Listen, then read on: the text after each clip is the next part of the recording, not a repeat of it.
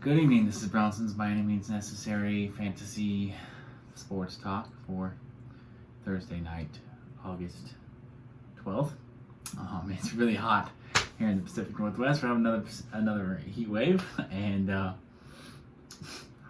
it's perfect timing because I'm going to Arizona tomorrow, and I'm acclimated. I'm acclimated to the heat, so it's going to be fine. It might actually be cooler there than it is currently here in Portland. But yeah, I'm exhausted.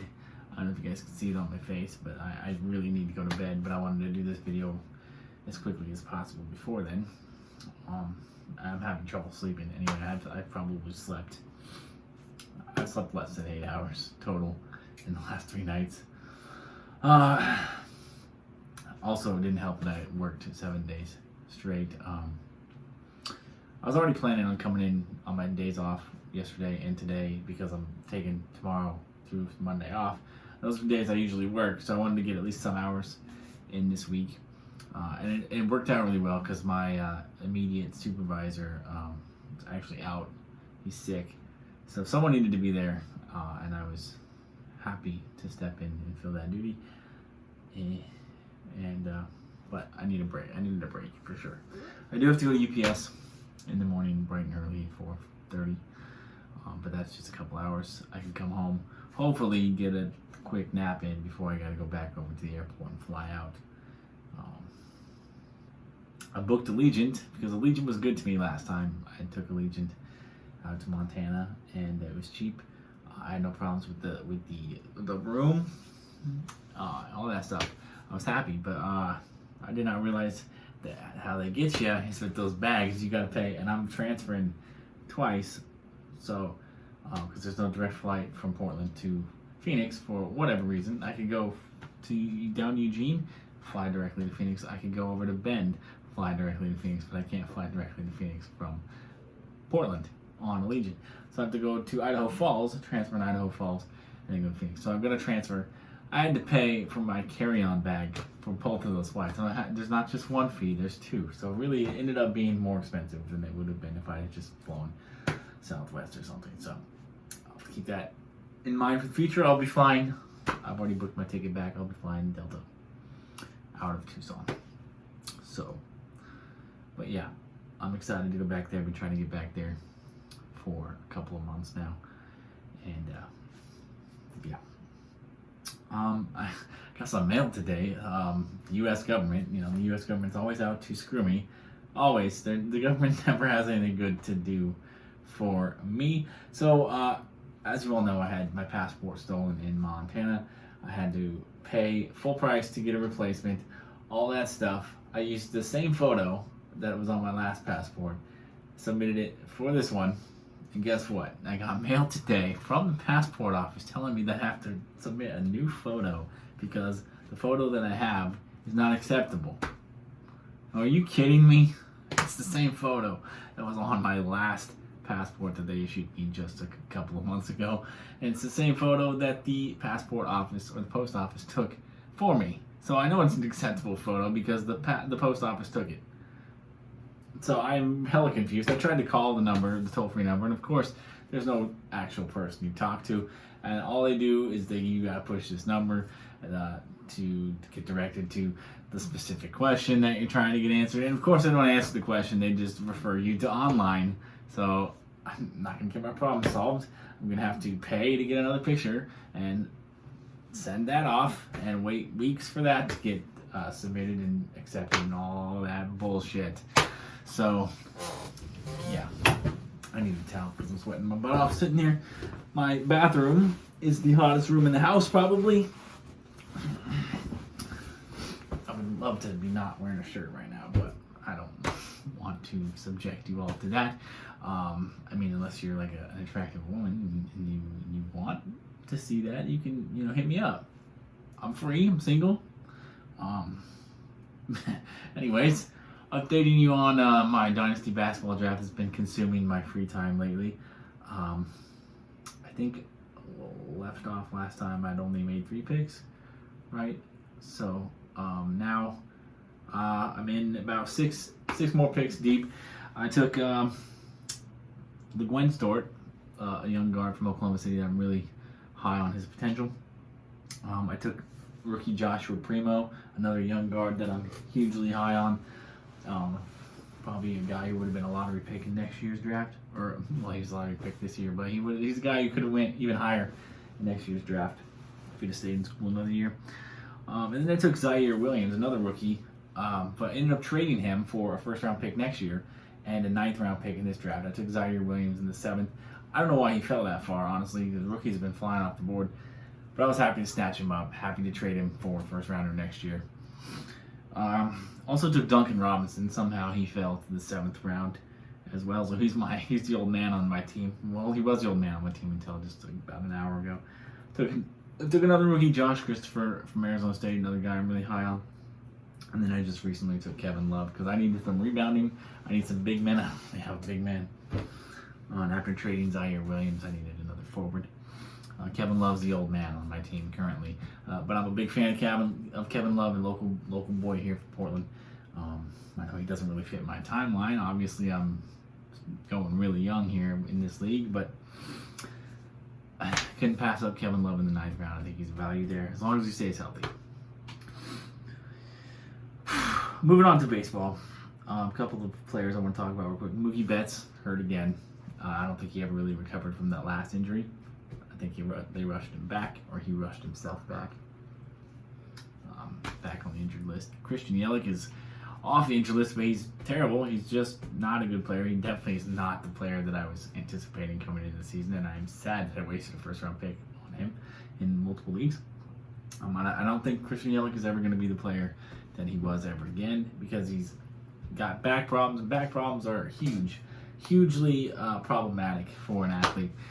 He's still young, so there's a chance, but most likely he's not ever going to be an MVP candidate again. And Carlos Rodon, who was in the midst of a great season, was supposed to start in tonight's Field of Dreams game, which, by the way, I am a little angry that I missed. I've been so consumed by this draft that I haven't really, this dynasty draft, that I just totally forgot that game was tonight.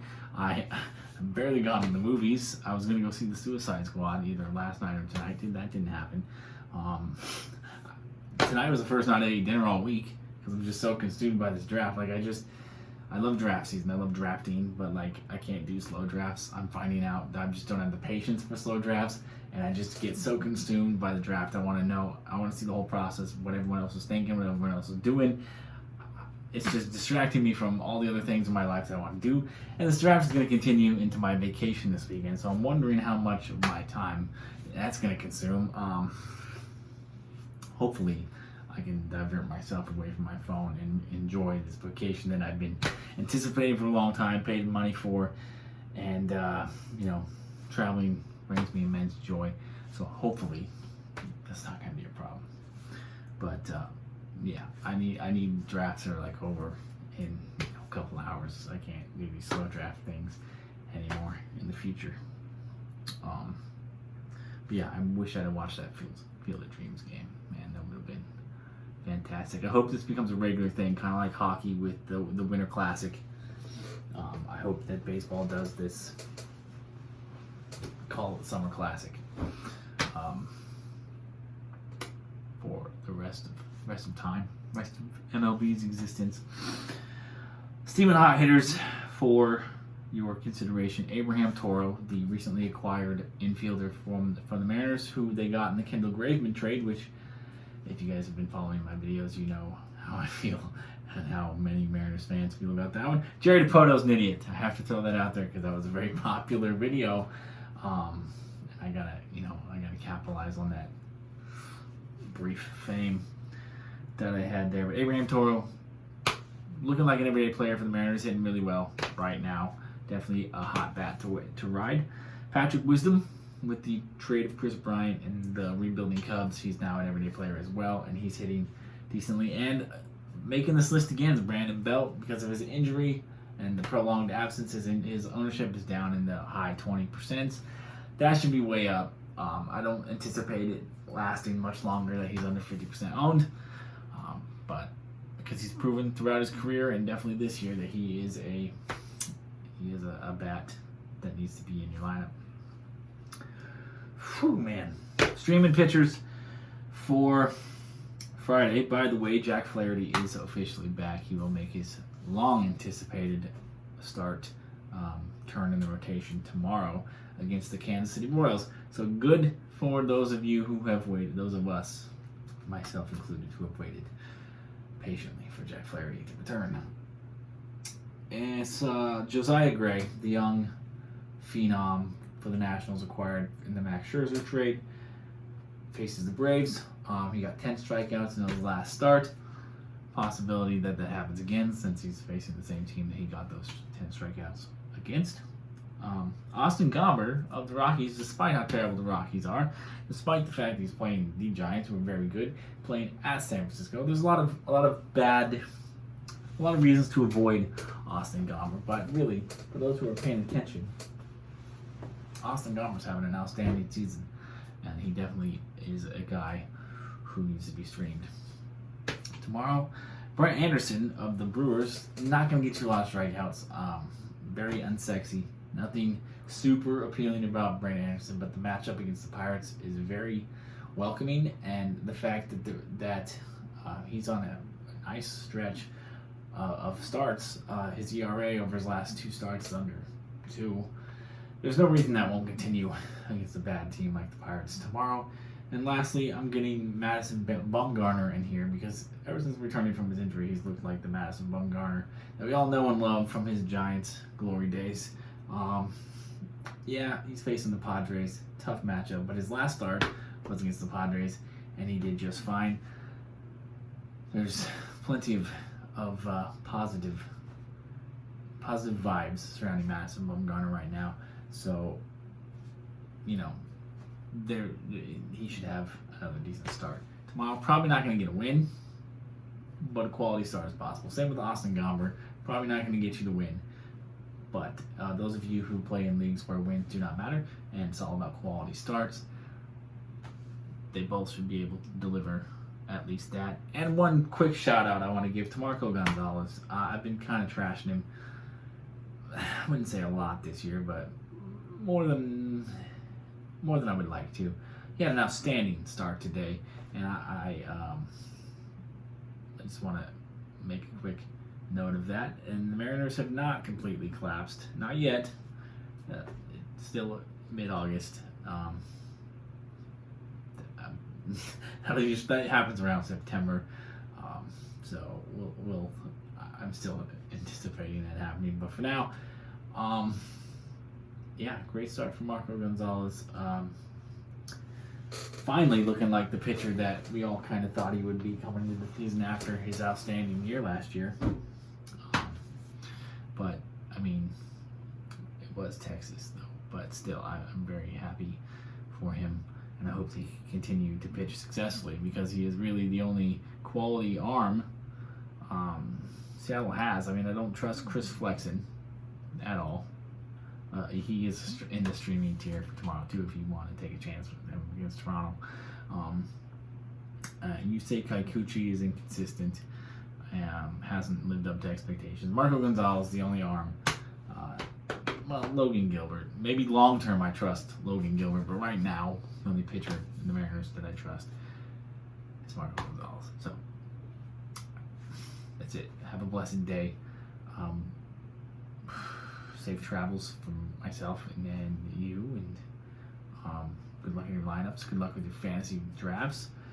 If you have any fantasy football questions or advice, you can leave a comment because comments will be turned on now, and you can also DM me, send me an email, or DM me on Instagram or Facebook for those of you who know who I am, or those of you who can find me. And thanks for watching. Thanks for following. Thanks for subscribing. Thanks for viewing. Thanks for listening. Whatever it is you're doing, I appreciate it. Thanks for commenting if you comment. Thanks for the like. Thanks for all the positive feedback. You're definitely speaking my love language. My love language is words of affirmation. So, yeah, I'm gonna end it now. Peace, love, and nacho fries. Let me get out of this hot ass bathroom.